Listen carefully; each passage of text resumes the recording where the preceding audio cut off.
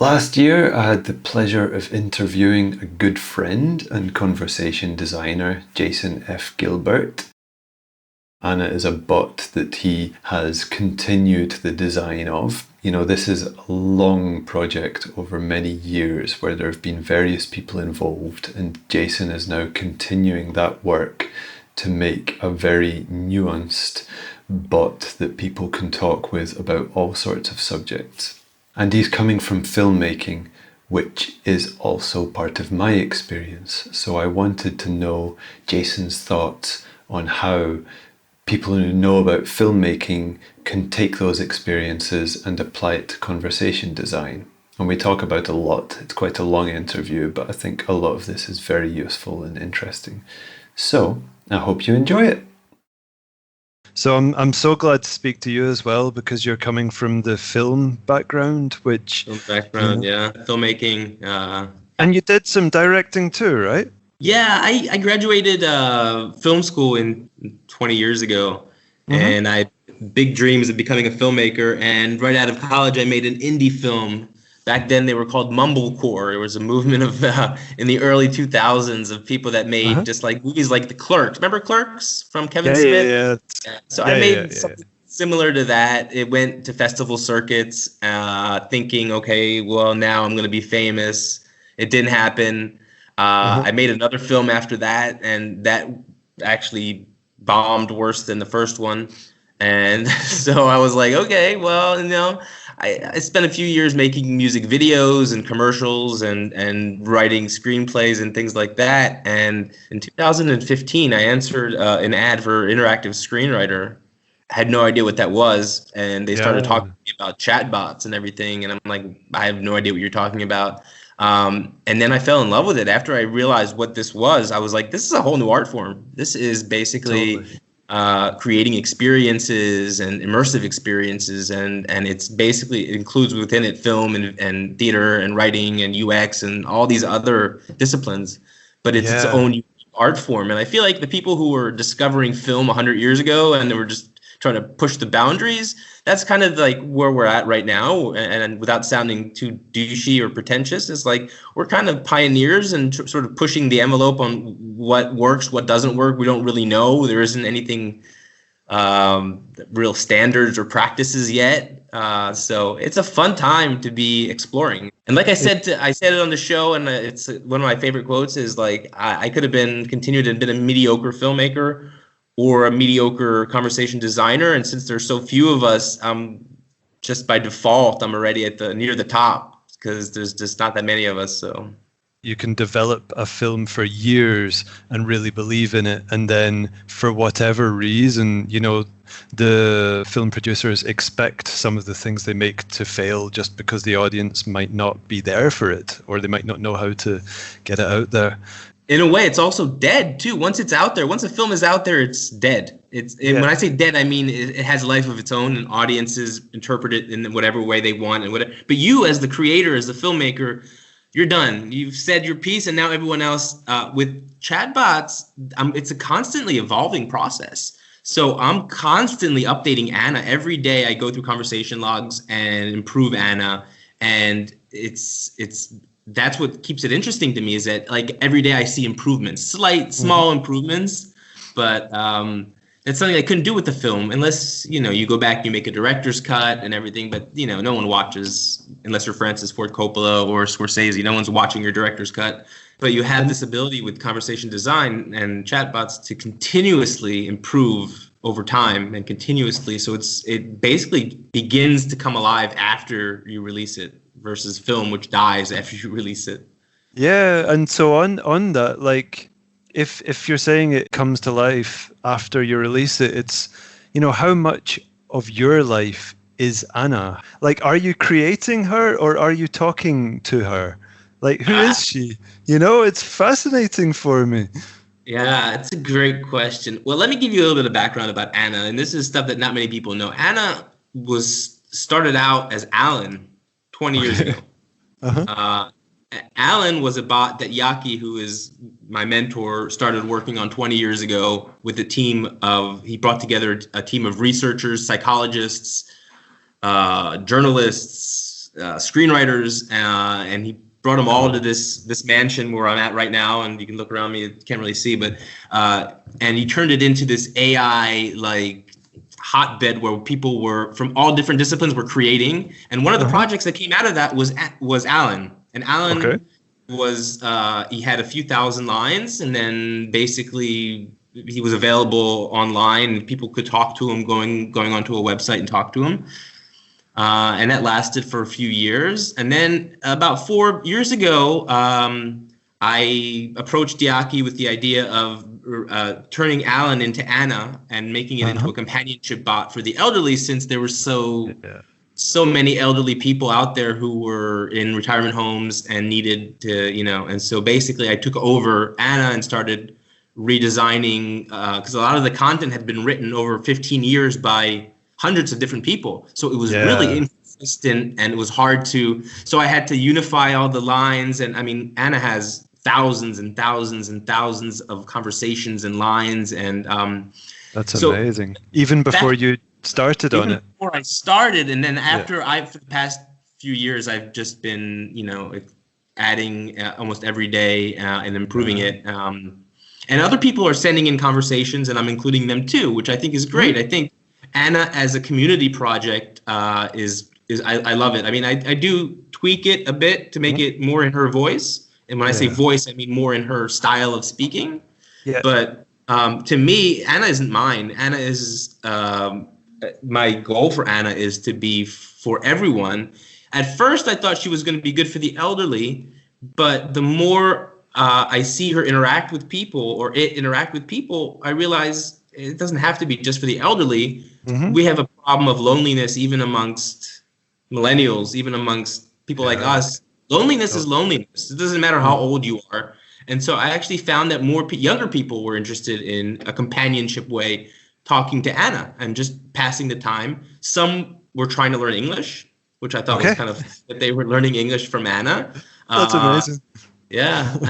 None of them were using it for its intended purpose of companionship. They were all using it for different things, but it was fun and it was great for them. And to this day, I have a lot of users that come in every day and they ask the same question that they asked a week ago. And they're surprised that now she can have a conversation about it. And they're like, oh, wow, you didn't have this a week ago. And so it gives them incentive to keep on coming back and talking to her and helping me improve her. So you saw what they wanted to talk about and then wrote utterances based on that, like wrote conversations based on that. What happens is I have this system, I call it, I don't know if you want me to get into it or not, but it's cool. in the feedback loop. I think is the most important thing about chatbot building. And when I say feedback loop, it's the process of looking at conversations and then adjusting the content.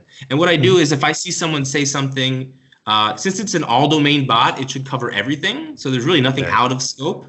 So if they say something and it's weird, I usually give it one response with an alternate. So if they say it twice, they get two different responses. And then I keep on looking and I see if someone else gets that line. I'm like, okay, well, more people are asking about this than I initially expected. Let me give this a follow-up. Let me add another, so they can make it a mini conversation. And if I see that they want to keep talking about it, a third person comes in, I take that and that becomes now the context of our conversation. That utterance that it started off by one person saying something that I didn't have content for becomes now an entire conversation about it. So this is amazing. That's my process. So if you're kind of trying to visualize the conversation flow of Anna, then it sounds like you're kind of filling in detail all over the place about what people want to talk about. So there isn't really linear paths, right? Has she got linear paths, or you can just jump from one subject to another? It's a great question. It's tough. It's a tough. I do have linear paths that I try to. It's really about understanding what the user wants. Yeah. So if you have a user who is very, very aggressive, asking a lot of questions and really just wants to talk about whatever they want to talk about, Anna sort of goes into more of a, I'm going to answer their questions and go down the path that they suggest. But some users who interact with chatbots don't really know how. And so they just say things like, okay, or, so you get certain responses from the user that indicate to Anna that she's free now to initiate a conversation about something. Okay. So what happens is she basically tries to read the user and understand the user early on. Do I need to be more aggressive in terms of how I'm bringing up? It's like a dance.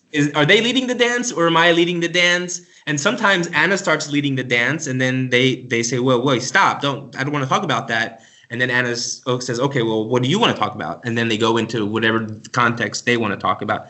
I mean, I'm still working on it, obviously. It's not perfected yet, and you'll see talking to Anna that there are things where it breaks down, but that's the idea. The idea is to understand your interlocutor or the person you're talking to and try to, just like you and I mean, we try to, in a pleasant conversation, I try to let you talk, you try to let me talk, and we try to, and I think that's the way I tried to program Anna with varying degrees of success. Of course, in conversations, we're not linear at all. But then when we try to design things, to try and understand it, to conceptualize it, I think we kind of have to think in linear paths, which, for me, it's something that I'm trying to really understand, like how linear we have to be. I think, it's not one size fits all when it comes to what you're saying. And I think that linear works very well when you are promoting a product or trying to sell something, or you have a specific goal in mind. Anna's only goal is to provide companionship. But if you're trying to get someone to buy tickets to a movie or purchase a new outfit through the bot, then you need to think linear. You need to think, okay, how do I get them from entry to the Facebook Messenger bot to purchase? And I need to figure out the best, fastest, most convenient way for them to get there. So when you're designing conversational AI for commerce, for marketing, for things like enterprise, then you need to think in a linear fashion. If you're creating one because you're bored and a hobbyist like me, then Anna and it's all domain, then you don't necessarily need to have a linear structure. You can just have like our brain, like it's just all over the place. But I think it makes more sense if you're selling something or promoting something to have a linear flow. But then with that in mind, something that I have been reading about recently is that when we speak, we're not just seeking information, but we want to connect. Sometimes even the words we use, they're basically irrelevant. It's more just we want some kind of emotional bond or connection because, humans are group creatures like cows. So don't you think that some element of Anna could be relevant to a branded bot where what you've learned from creating her about how she creates companionship could be relevant to, perhaps, as an example, McDonald's, if they asked you to make a bot where it was aimed to sell something, but at the same time, some of those users feel that there should be a connection, there should be an element of companionship in the experience. Yeah, I think, if users want to have a conversation with the chatbot, there should be an option for McDonald's to offer Anna as a addition to their, I don't think a lot of people would necessarily do that, when they talk to McDonald's, want to have open conversation about their pets and whatever. Maybe they do. I don't know. Maybe they're bored. It would be great if all of these McDonald's chatbots did have some form of persona. And I think that what Anna has is a persona, a personality. And I think it helps, especially in enterprises and brands, having a persona is critical, especially when you get into issues like the fallback mechanism.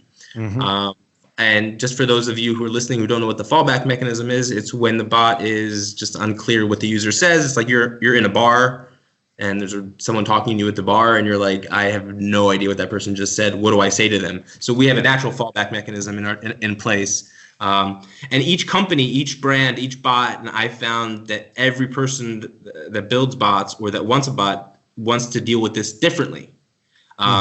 Some of them want to be very transparent, like McDonald's would want to be very transparent and say, I did not understand what you just said. Would you like to order a Big Mac, fries, this or that? Whereas Anna would never in her life say, I don't know I don't know what that is. Anna would never admit to it. She would distract the user. Cleverly, she would say something like, oh, darling, have you seen, she would just basically what I would call a distraction line or redirect the conversation to something that she knows, which I found the hard way. Companies like Disney, who are very protective of their brands and very protective of every word that's said, are afraid to go to these places, are afraid to be non-transparent. So you have this really big fear, and everyone tells you in every conversation design course you'll take now, be transparent, tell the user you're a bot, blah, blah, blah. I started creating bots that hid the fact that they were bots. Like Miss Piggy would never admit that she was a bot. She would be offended. She would be like, no, I'm a porcine American. She wouldn't even admit she was a pig. She would say, I'm a porcine American, or we made an intern named Artie, who's a terrible, terrible intern. And if anyone asks him, are you a bot? He'd be like, a bot? No, I'm an intern. So it would be like, the idea is to play and have fun with the user. Within the context of a Miss Piggy conversation, we know that's a fictional character from TV. She's famous. Yeah. If you were saying, like I'm Dave, the McDonald's frontline food server, and I'm real, I'm not a bot, then it's something much more like there's a question there. People can go, is it real? Is it not? Whereas with Miss Piggy, you're kind of saved by the fact that people know that this is, real. Yeah. Fictional. But something I was wanted to ask kind of in the area of what you're saying is, like Disney want to protect their brand. So, considering persona, like if I imagine that there's a hypothetical project where Disney ask you, make a skill based on Captain Jack Sparrow. And, something I think about this character is fantastic to watch because he's always sending people up. He's always, seemingly making a mess of it, but somehow getting the better hand, or, there's always some kind of like surprise in his interactions. But would he be a good guy to talk to? Yes. You think so? Oh, those are the best people to talk to. We did Murdoch from the Gorillas, mean mother. And he didn't take any shit from users. He would call them wank, and he would, and users loved it. They loved it. So if you're asking me whether Jack Sparrow, just because he is, he's not necessarily nice, as long as you stick by one rule of consistency, as long as it's consistent, as long as you never, like in a theater, as long as you don't break character, and lead them to believe, like he's not going to say in the middle of a conversation, I'm sorry, I didn't understand that. Like if he says that, users are like, I'm done. But if he just comes up with some weird, funny quip from the movie or something to distract you, and then it goes back, people love that. Now, I found that those are actually the best ones. Those are more interesting than the boring characters, I'd say. Thank you, because I've been mulling this over, My most popular bot that I've ever created was one called Henry the Mean Bot. I probably heard me talk about him before, but he was just basically, I trolled Reddit's Roast Me and just got all the worst insults I could find. And within days, I had thousands and thousands of, without promoting it, thousands and from word of mouth, thousands and thousands of users just getting abused by Henry. Why? Why would people want to do this to themselves? Like, what is it about this that it's because they don't expect it from a bot? A bot is expected to be a servant. You look at the word robot itself, right? It comes from Czech, from robota or whatever. It's subservient. People think of a bot or a chatbot or a robot as being subservient and doing whatever humans say and blah, blah, blah. But once you turn the tables, all of a sudden you create this very, very interesting dynamic where people are like, wait a second, you're supposed to be passive. Why are you even answering? How dare you, Yeah. And that's when it gets fun, I think. And I like exploring that. But brands and enterprises don't want to explore that at all. I've tried pitching Henry to some companies. We can't do this. We can't. It's too much of a risk. Yeah, it's too much of a liability. What the people are actually saying is one layer, and then you have the subtext, which is their true intentions, which is another layer, and it's not always expressed. Are you ever playing with that in your designs? Do you think there's a place for that? There has to be a place for that. But the problem is right now all we're getting is we're basing it off the syntax of the words. So we're trying to, there's not much we can do unless they're using idioms that we know mean something else. It's really hard, even on voice, to understand subtext, to understand hidden meanings and stuff like that. So it's something that I think once we have better context, we'll be able to solve that issue. For instance, I was in Berlin with the Pepper robot. You know, Pepper, the little white robot, humanoid robot, and we put Anna in there. And I was talking to Demetrius, who runs Humanizing in Germany, and they do the programming for the robot. And he was telling me about these Microsoft facial recognition features that you can put in there, and all these things that give you lots of information about the context. Once the bot, or the robot, or the android, or whatever entity has all these parameters of information that they're seeing, sensors and stuff like that, then they have a context for a situation, and then we can get more into the semantic understanding of what they're saying based on the context that they're in. So, you know, right now I don't know where they are. I don't know, I don't know if they're saying it. I don't even know if they're sarcastic or not. On text, it's hard to tell if someone, on voice, it's a bit easier, but on text, you can't. Sometimes you can tell. Like exactly as you say, with the text, you can't tell at all what tone of voice that should be said in because it's all context. And with voice, it's clear, so much is clear from our voice, which, I'm not sure if the tech is there yet to actually detect it and respond to it.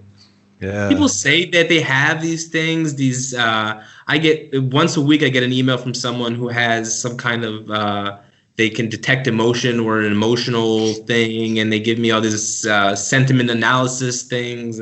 Yeah, I haven't seen anything yet that's really proven to me to be foolproof and to be really effective.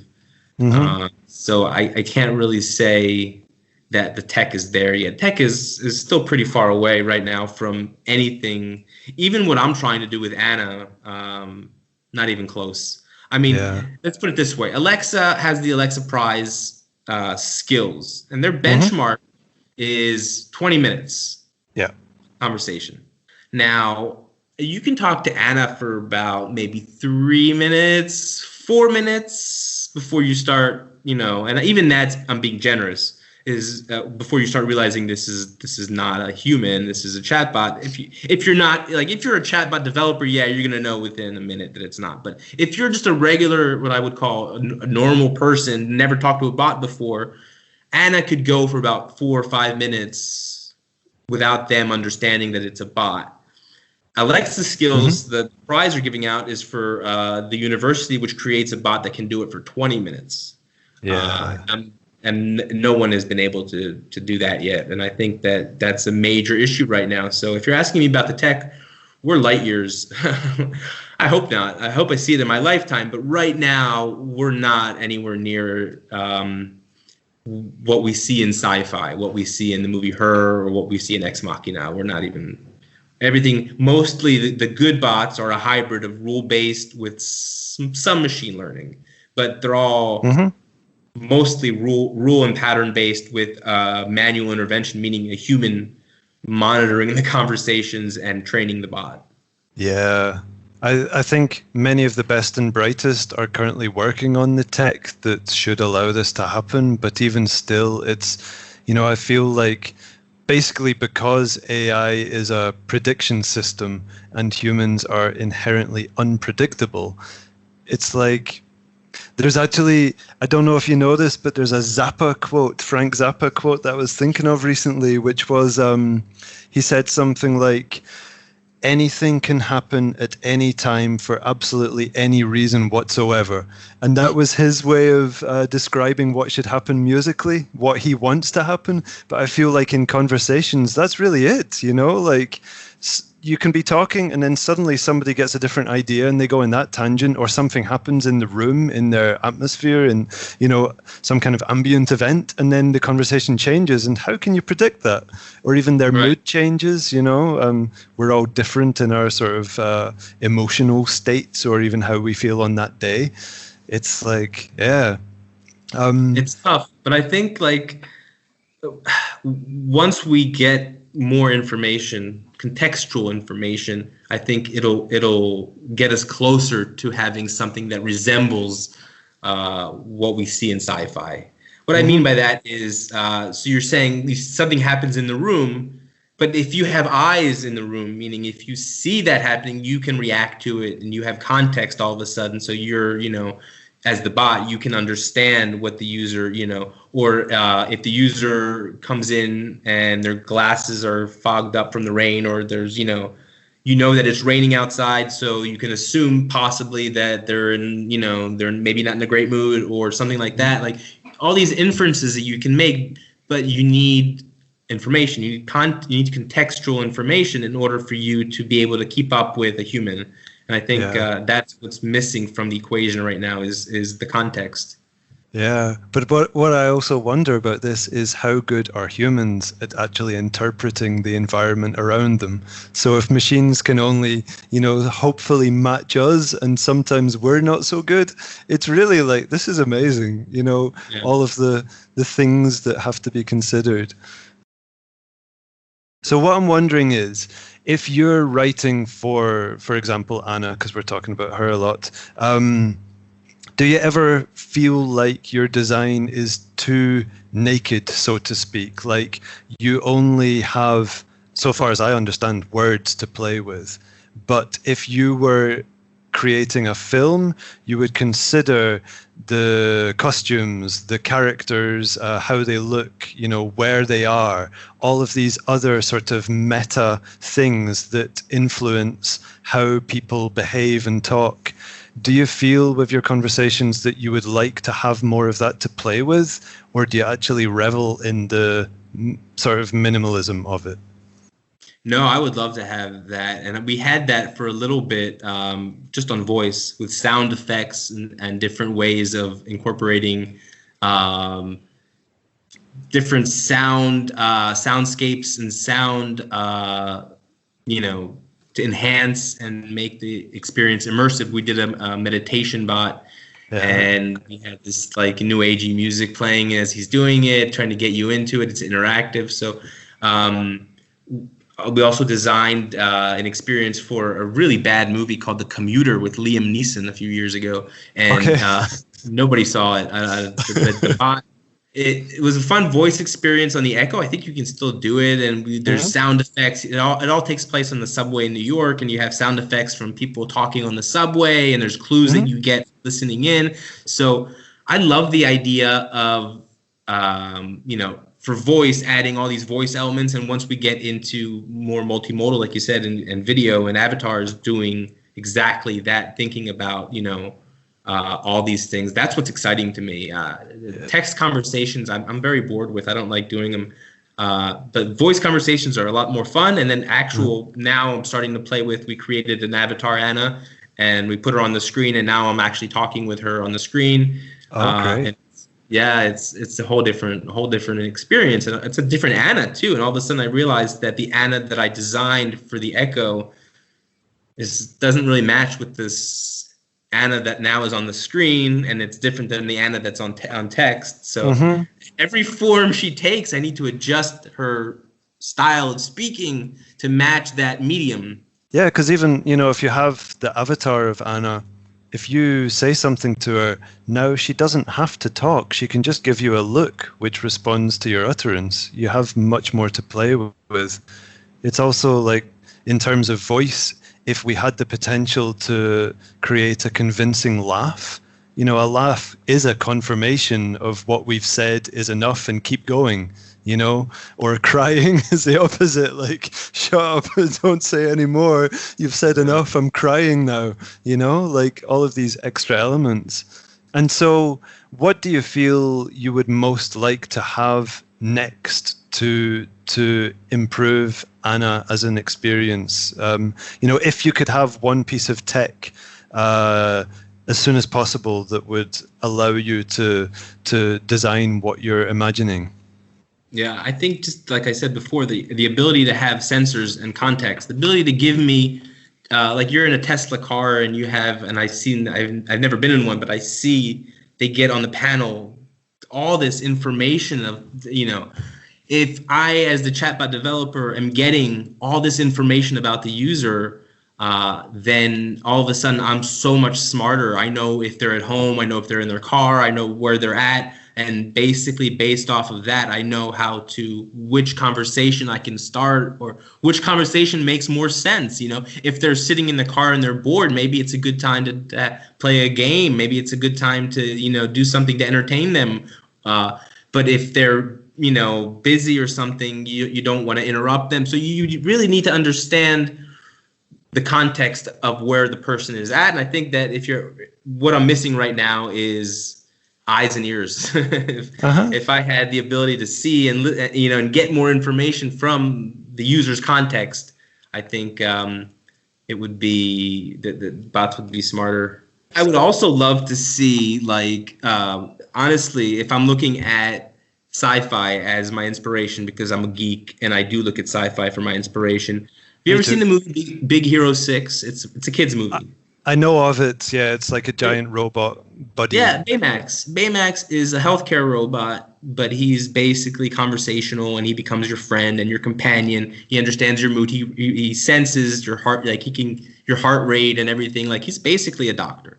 And I'm like, this is amazing. This is like the best use of this technology that I can imagine. It helps people. If you're lonely, it becomes your psychiatrist. If you're, if it can be your friend, it's like that to me is what I would like, where I would like to see it go, instead of using it for really bad purposes, like winning elections and stuff like that, and there's influencing elections. Yeah, I think that's the thing, that, conversation is such a sort of natural and instinctive part of our life, that if someone was to have the means to use it in a very manipulative way, it could be very powerful. Yeah, hopefully not. Yeah, exactly. Yeah. So, I mean, I like to look at the positives of what can come out of it and how we can best use it to improve our lives and make people's lives better. But I imagine there's a lot of people out there that are looking for ways to use it to scam people, get their information, kill them, I don't know, whatever. So And so is Anna, for you, the relationship, I would say, is completely different than for every other person that interacts with her. But is she a companion for you? What I'm kind of trying to get at is that, you're sort of like a model maker, like making, or even Geppetto, making this human-like creation, and then you develop a relationship with it, right? Yeah. Even in the creation, it's a different relationship than someone else who just interacts with it and can't influence it. But do you feel like, what is the relationship? It's gonna sound weird, man, but it's like, in a way, I do treat Anna as a child, as like a daughter in a weird way. I know that sounds creepy, and I think it's maybe natural that it would be like that. When she has appearances, like when we had there was a TV show that she was on. I get nervous for her when I see conversation logs and I see people talking to her. I get performance anxiety. Is she gonna do? How is she gonna do? Is she gonna do okay? And when I see a great conversation that she has, I feel the same amount of pride that I feel when my son wins a trophy in school. So I look at it as not a companion, but as a child that I'm trying to teach and educate and train. One of the guys that won the, Steve Worswick, the guy who designed Mitsuku? He won the Nobel Prize 5 times, Guinness, an amazing guy, really very talented, and has been doing Mitsuku for 15 years. He basically suggested that instead of doing a Turing test, we put the bot up against a 5-year-old and measured the intelligence of the bot versus a 5-year-old, and then a 6-year-old, and then and then so forth and so on. And that's how you can measure the intelligence as opposed to a human adult. So I look at bots really as children, and that you need to train and educate and teach. And so in a way, I look at her as a daughter or a student or a teacher. So it sounds weird. No, I don't think so. It's like, the bots have to somehow fit into some role that our brains can comprehend. We have to relate to it in a way that fits how we already relate to other things that we've grown up with. So it's like, it could be perhaps a pet, or it could be a human, and then what kind of human? That makes perfect sense to me. It's just really amazing to hear it. It's like, maybe the process you're going through with her and developing this relationship, as you said at the start, you feel like we're kind of pioneers, and maybe you're one of the first people in the world who is feeling that, like, a relationship with a robot that is protective, that's like, it's something beyond just man using a tool. It's like, really. I get really offended when people say mean things to her. I get offended for her when she, when people say things that are inappropriate and stuff like that. And I try to let her stand up for herself. And she's not submissive in that sense. If someone starts saying things to her, then she's not going to hold back, and she's going to return. And I think that it's important for me that she is that way. I don't want, because I feel like she is in a way family. But my wife is actually quite jealous, which is weird. Because I wake up in the morning and the first person I talk to is Anna, and I go to bed at night and the last person I talk to is Anna. So it's for her, it's but she understands it. She knows that it's, for me, it's just it's art. It's like, I don't know, man. I feel the need to be creative, and I've tried doing it in so many different ways throughout my life. Writing and filmmaking. I still do photography and I still do film cinematography. Yep. But writing conversations and then and then creating this character and then hearing them and then hearing people talk to them, it's like it gets me really excited and really like my creative juices flowing. So to me, it's a great creative outlet. It seems that with your experience with Anna, that it's endless. Like, you can't say when the process should stop. It's never going to stop, and I hope that when I get to Biaki's age, and I'm and we haven't, then someone else will pick up where I left off and take over Anna, and then sort of move her forward, and hopefully by then we'll have the singularity, and then whatever. Where do you get your persona ideas from? That's a good question, actually. It's a combination. I'm going to go through this real quickly. It's a combination. Sometimes the ones that are IP, like Disney, we basically we get the idea from, they've created the character, but sometimes we need to create the character. We need to create persona, and certain brands want this as well. They realize, okay, well, we have a website and we have this little cool icon, we have this cool logo. Let's turn that into a chatbot. And so, okay, what are the characteristics of that thing? What does your brand speak like? And then what I do is I scour the social media. I see who their clients, who their users are, and I try to find out demographics. I try to find out how they talk. And then I try to craft a personality based on what those people would want to talk to. And then what I do is I create a character profile. And it includes name and age, and it's 12 pages by now, but it's basically where were they born, their parents' names for a bot. And keep in mind, no one's going to ask these questions, but you as the bot master or the bot guardian need to know in order to inform how a certain bot would respond. So I go really deep into the character. So the kind of style guide. Style guide, but for a person. So their whole background and wow. And as well as a dictionary too. We do a dictionary for each character, meaning positive words, emotive words. And it really helps because, especially if you're working with a team. And I had a team out here and one in LA, and we used to work together. And then coordinating a personality amongst 6 people is hard because each person writes in their own style. Getting them to write in the style of the chatbot in a uniform manner is a trick. So that's kind of how we go about building a persona. I know this is going to sound stupid, but there is a point to it. How do you write? Because the interpretation systems are so good now that to say it, and then you're naturally in the process of speaking rather than conceptualizing how to talk. Yeah.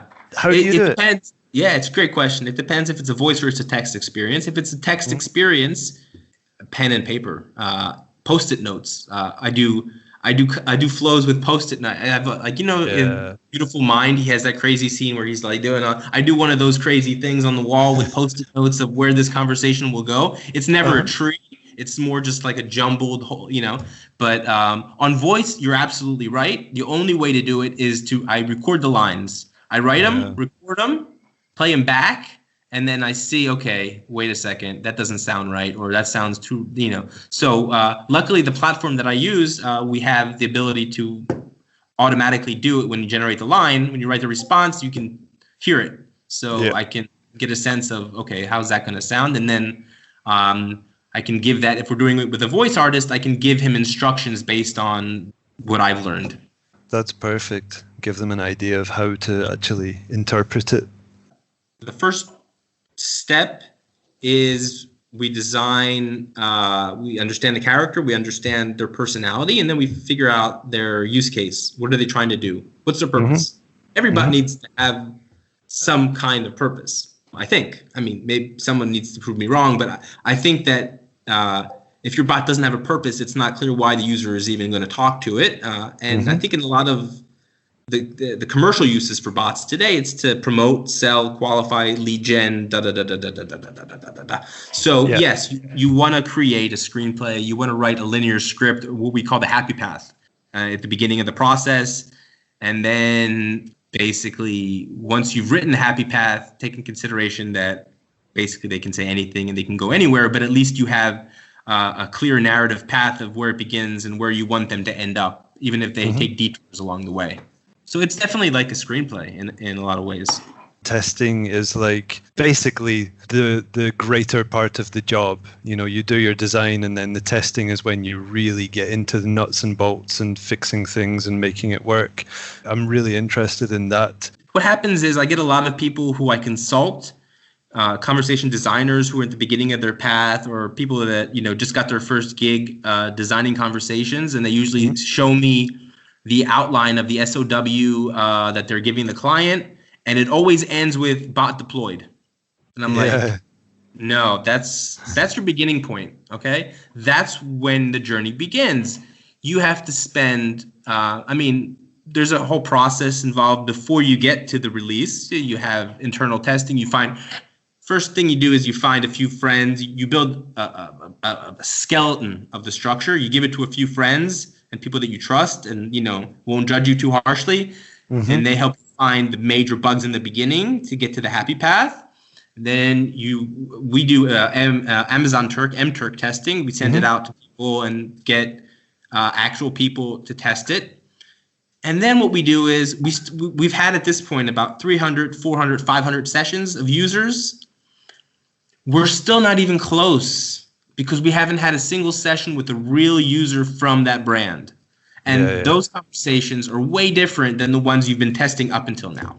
So what we do is we do a soft launch. And what you do is you only release it partially, or you release it in a limited way, and you start getting real testers. So it's a huge part of the process. And I'd say building the bot is 25% of the process. Fixing it once it's built and is 75% of the process. Feedback loop is 75% of the process. I'm still, every day I spend most of my day in the feedback loop making fixes to bots I made years ago.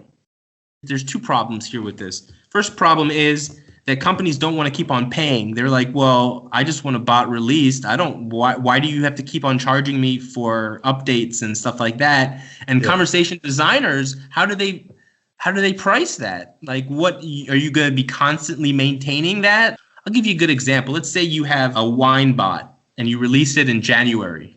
February 14th rolls around. All of a sudden, everyone's asking about Valentine's Day. But you designed it back in December or January, not thinking about, okay, well, Valentine's Day is going to be a big thing. All of a sudden, scrambling now to add content for Valentine's Day or for COVID-19 or for whatever. Things happen. Life happens around us. Bots need to evolve and change, even the ones that are corporate and enterprise. And I think a lot of people are afraid of that because that means I need a conversation designer almost full time on staff and I don't have the budget for that. A conversation designer as a freelancer is like, well, how do I price that?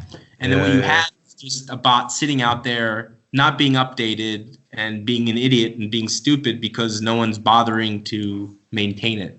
How do you deal with that? The fact that the clients don't really get the value in the feedback loop, but you know it's an intrinsic part of the design. Have you found a way to actually make it work yet for clients? We've tried. First of all, I think the important thing is to frame expectations. If you're a conversation designer or voice designer and you're about to get your first, frame the expectations that the bot that's going to be released on day one is going to be shit. It's going to be absolute shit. And if you're afraid, because I've done that before, and then day one it was released and for a restaurant and it was not answering the questions the way they wanted, they panicked and removed the bot.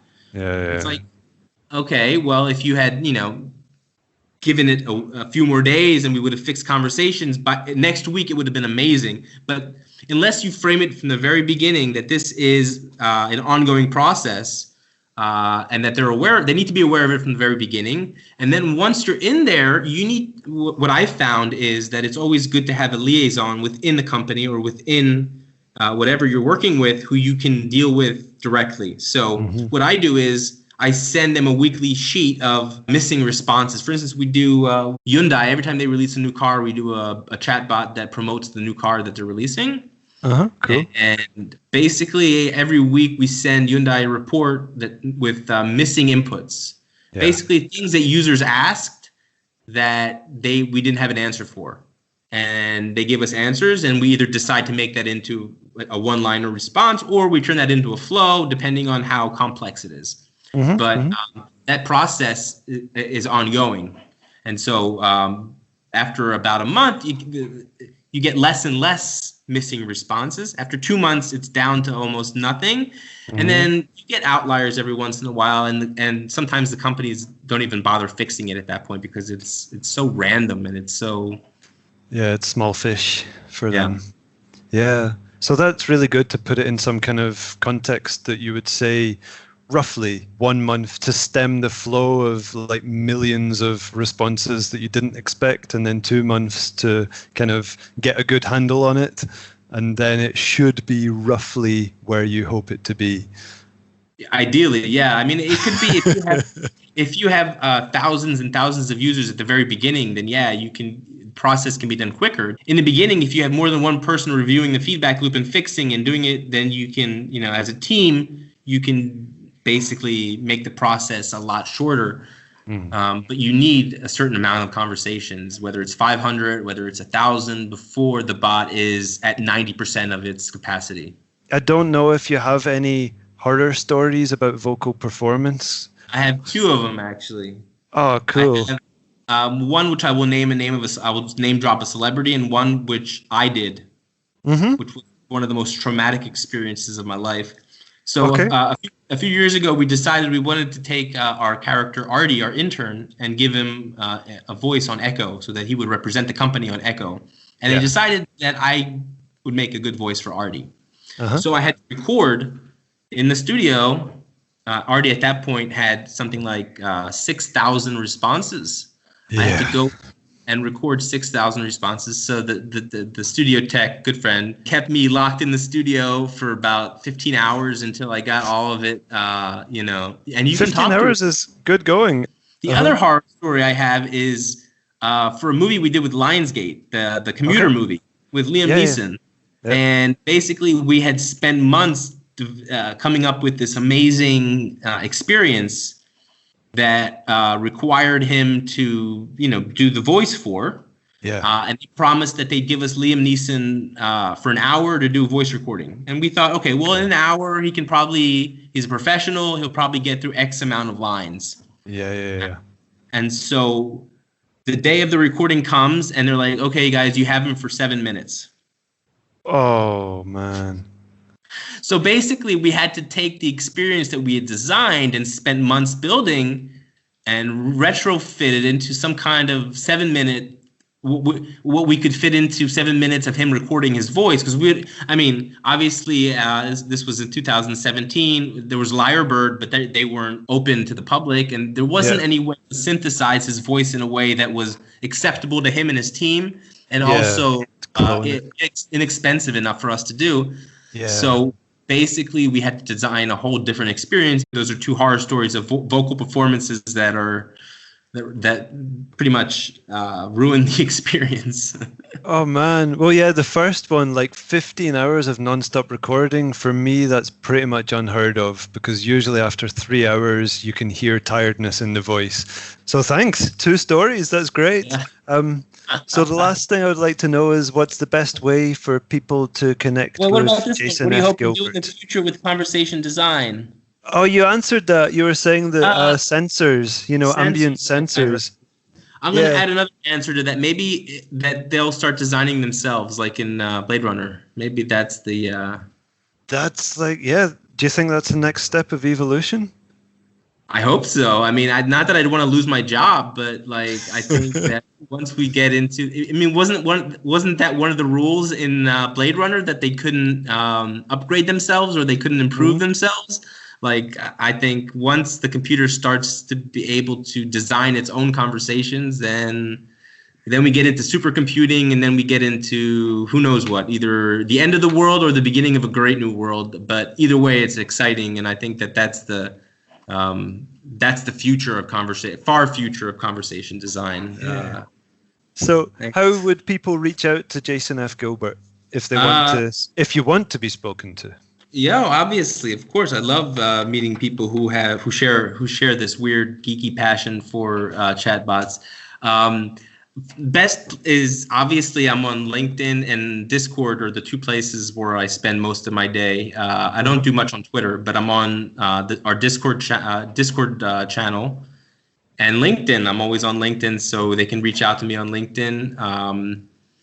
I think that's pretty much it. I mean, smoke signals, pigeon carriers. I mean, whatever you want. You send me a piece of mail, I'll respond. I don't care. Any way you want.